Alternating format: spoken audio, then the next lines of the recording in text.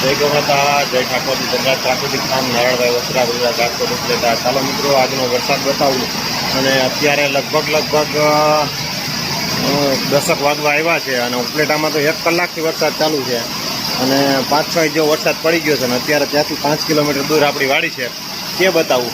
અને અત્યારે ચાલુ થયો છે વરસાદ.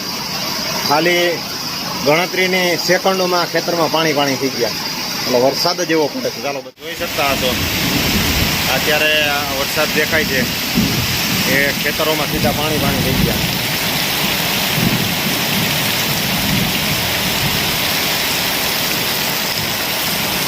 આ વરસાદ આવે છે, દેખાતું નથી એવું. અને રાતે પણ આવો જ વરસાદ આવેલો છે. રાતે પણ એટલો જ વરસાદ પડેલો છે.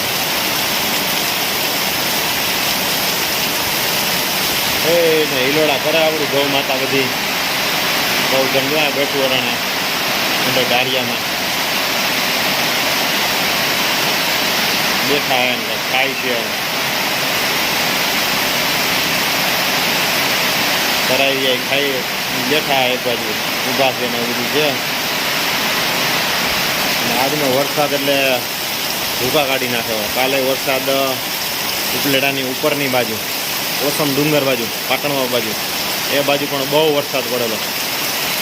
એટલે આજે પણ આ બાજુની સાઈડ અને આ મગફળીનું ખેતર દેખાય ને એની ઓલી બાજુના ખેતરમાં તો દેખાય ને, ખેતરમાં પાણી દેખાય છે.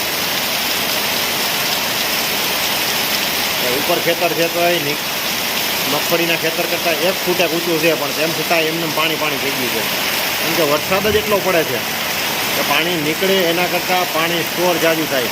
એટલે કે નિકાસ થવા કરતાં પાણીની પરબારું સીધું ભેગું થઈ જવાની ક્ષમતા જાજી છે. એના કારણે થઈને એટલો બધો વરસાદ પડે છે. અને ગત રાતે પણ આવો જ વરસાદ હતો, અંધાધારો વરસાદ.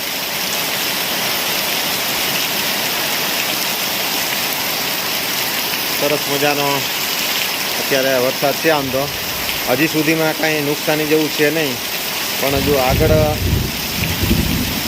ઇંચમાં નહીં ફૂટમાં વરસાદ અને ઉપરની બાજુ વધારે વરસાદ જો પડે તો નુકસાની થવાની ભયભીતિ રહે ખરી.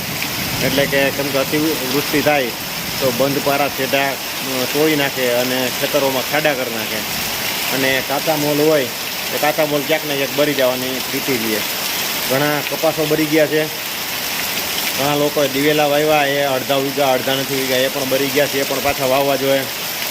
અને સોયાબીન છે જ્યાં પાણી ભરાતું હોય અને હજી વાવેલું હોય તો એમાં પણ ભીતિ રહેશે. આવું રહેશે જો વધારે અતિવૃષ્ટિ જેવો વરસાદ થશે તો.